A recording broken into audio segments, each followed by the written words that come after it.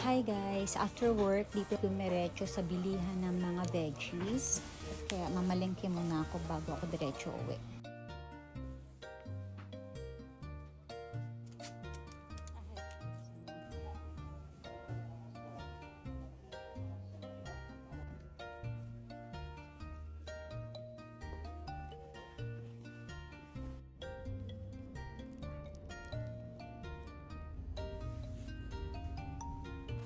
Malapit na ako guys sa house.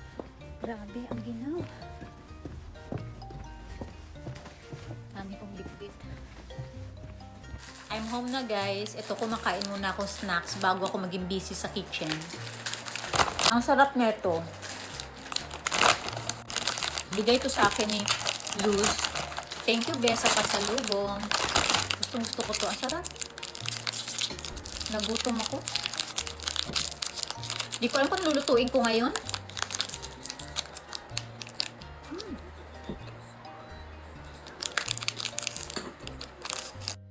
Kain guys, pansit bihon.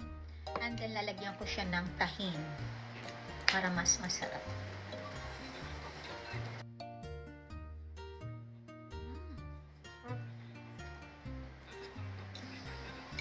Sarap?